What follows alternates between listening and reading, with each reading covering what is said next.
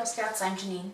I'm a troop leader with Girl Scouts of New Mexico Trails, and I'm here to talk to you today about day packs, how to choose one, how to decide what to put in them. So I have two packs, as you can see here. I have my small pack and my bigger day pack over here. So let's start with the small pack. I use this when I'm going to go short distances, less than 5 miles usually, and especially if I'm not going to go very far into the backcountry. This is a good pack for sticking close to civilization. So I have a kind of a big 3 that I always take in a pack. First thing, of course, is water. Both of my packs are bladder packs, so I've got a bladder that takes 70 ounces of water, and this one about 2 liters, and just a little bit more in that one. So that's a fair amount of water. I actually often for short hikes don't even fill it all the way full. So that goes right in the back. And you can see this pack, this is actually a trail running pack. So it's small, it's lightweight, it's got a couple little pockets that are on the front. Has the tube and the bite valve. I actually really like water in bladders because the bite valve sits right here by my mouth, and it helps me remember to drink constantly. So I don't tend to get dehydrated, and I don't have to fuss around in my pack to find my water bottle. Most of the space in this pack is just taken up by the bladder. So it's got a small pocket on the front, and this is where I keep my sort of the second of my big 3, which is food. See, I don't keep a lot of food in here. I have a little bag of trail mix. I have a stroopwafel. I have some hard candies down in here. I carry food with me because after a hike when I had gone out intending only to go 2 miles and ended up on a 10-mile trek, I didn't have food, I didn't have water, and I didn't have a hat, and I deeply regretted that. So since then I've always kept a little bit of food if I end up going long or getting lost. I have something. I have never yet gotten lost, but the first thing you should do if you get lost is stop, sit down, eat something, and drink something. When you get lost, you have an immediate panic reaction, and if you sit down and eat and drink, you can kind of calm that down. What they find is that if people don't do that, they often end up rushing off to try to find the trail, and in that first panic, you can end up just anywhere. And then often people won't remember where they started, won't be able to retrace their steps. Sit down, eat something, drink something. So I always have both food and water with me just in case. The last of those 3 is my hat. I have a nice broad brim. It's got a flap on the back, strap to keep it on. Up at altitude in New Mexico, it's especially important that you have a good sun hat. So the other things that, besides my big 3, I've got food, water, and a hat. I also keep a little bit of first aid stuff in here. So I've got an ace bandage and a bandana. These are actually recent additions. It occurred to me that my first aid kit was really just this. It's got Band-Aids, alcohol wipes, some burn cream, things like that. And it got me thinking, like mostly if I'm out on a short hike and I scrape something, I usually just rinse it off and move on. The next most common injury besides falling and scraping something would be a twist or a sprain, in which case my little pack of Band-Aids is not going to be very much use. But an ace bandage is small and it fits in my pack. That and a bandana means that if I cut myself more seriously, need to stop bleeding, or if I sprained something, I could at least wrap it to help me get out. I also often hike with my phone in this pack. Like I said, this is for being close to civilization. Usually when I hike with this pack, I'm somewhere where I could call for help if I needed to. That also fits in here. So that's my small day pack. So you might notice, what are some things that are not in here? Thanks, Walnut. You're not invited. I don't take the cat. Some things that are not in here. I don't have a map or a compass in here. I tend to take this when I know the trail that I'm going on really well, when I don't think I'll need a map or a compass. I also don't tend to carry a raincoat with this pack or any kind of a coat. I'll sometimes wear one if it's cold. I don't have a flashlight in here. So, you know, my phone has a flashlight on it as long as the battery is good. But that's why this is for short jaunts. When you're thinking about packs, you want to think about the trade-off is how prepared am I versus how much weight do I want to carry. Unless you're deliberately adding weight for training, it's much more fun to hike with a light pack. So if I'm going, say, less than 5 miles, if I'm going to be on trails I know well or stick around close to civilization where I can call for help or get help quickly, that's what my small pack is for. So let's talk about the big pack. Okay, so this is the pack that I take when I go up to Barker or Rancho. This is the pack I take to camp. Right, this has a bladder for water that goes in the back, but it also has a couple of extra pockets. You can see this pack actually has a hip belt on it, so that I carry enough weight in here. I don't want to carry it all directly on my shoulders. But you can see it's got a space in front where I can stick a raincoat or a sweater, fleece. And I've got a couple of big pockets. So, you know, the main thing I think about when I pack this pack is my 8 essentials. Do I have water? I have a hat, sunscreen, bug spray, lip balm, coat, raincoat, flashlight. I also always pack a warm hat and gloves. If you're going to be out all day or if you get lost, it gets cold at night in the mountains. So what else is in here? So this is kind of, right now it's a little bit of a hodgepodge. Here's all the extra stuff. I have a pair of binoculars in here. Here's my flashlight, just a little headlamp.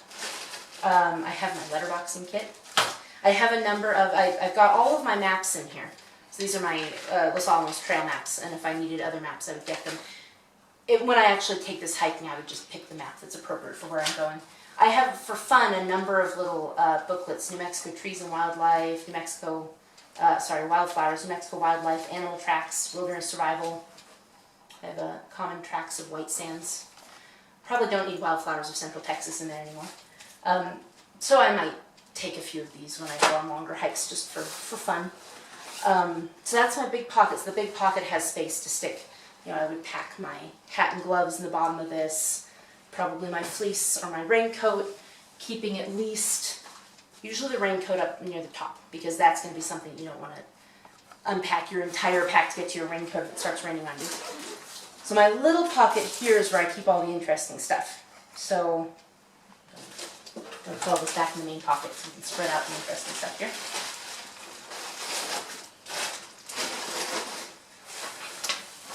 Alright, so what have I got in here? I have a bunch of first aid stuff in here. So my first aid kit in that pack is very basic, because mostly if I really need first aid, I can call for it, and what I'm aiming at there is if something happens enough that I can get myself off the trail. For longer hikes, or if I'm going to be at camp all day, or if I think I'm going to be in areas that I don't know as well, I want a lot more first aid. So this has gauze, it has some non-latex gloves, it has like bandaging material. This is a triangular bandage, although a bandana is just as good. I also carry multiple bandanas in this pack. A bandana is good for everything. I usually wear one on my head to keep the hair out of my eyes. You can get it wet if it's hot, wrap it around your neck. It's just cotton. It's very absorbent. You can use it instead of a Kleenex. You can, if it's not wet, it will keep you warm around your neck in a pinch. You can wrap stuff up in it. You can use it for a variety of first aid things. I carry at least 2. I usually have more than that in here. Just a very versatile thing. In the days of coronavirus, it's a mask in a pinch. Okay, here's where I keep I've got bug spray in here. I've got moleskin. This is another good first aid thing for blisters, obviously, although I also recommend, we'll see if I have any in here, I also recommend athletic tape. Moleskin's good if you've already developed a blister, but if you feel like you're developing one, you should definitely sit down and tape it with something else first. I have a magnifying glass on a loop in here, that's just for fun. I have a packet of tissues. I have some more gloves. If you're going to be doing first aid for other people, it's good to have those. I have what is this? Emergency poncho. It's also a nice bright color, which is good. My usual raincoat is bright yellow. Helps people find you if you're lost in the woods. I have a little set of cards that help you identify tracks and cloud formations, things like that. What's in the bottom here? Oh, I got a lot of food in here. So this is where I carry more food. I have a couple of granola bars. I have some extremely old fruit snacks, but they would be edible in a pinch. packet of crackers. So stuff, more food, just in case. I also have, this is one of those emergency things, right? It's got a little flint on the side, it's got a bear whistle, it's got a compass, not a great one, but it works. And on the inside, there's a waterproof compartment, which I do have some matches in. A set of matches in the waterproof compartment, and what just fell out is my little signaling mirror. So that's my little 5-in-1 emergency tool. Okay, really?